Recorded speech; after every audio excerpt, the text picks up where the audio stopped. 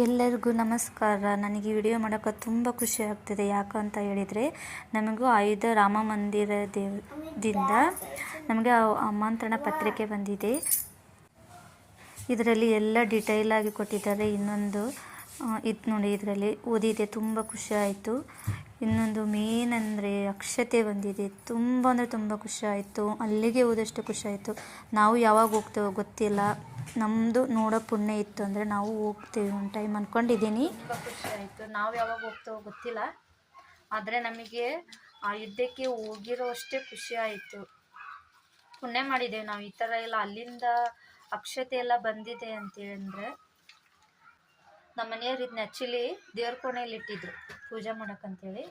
ನಾನು ತೋರ್ಸಕ್ಕಂತ ತೊಗೊಂಬಂದಿದ್ದೀನಿ.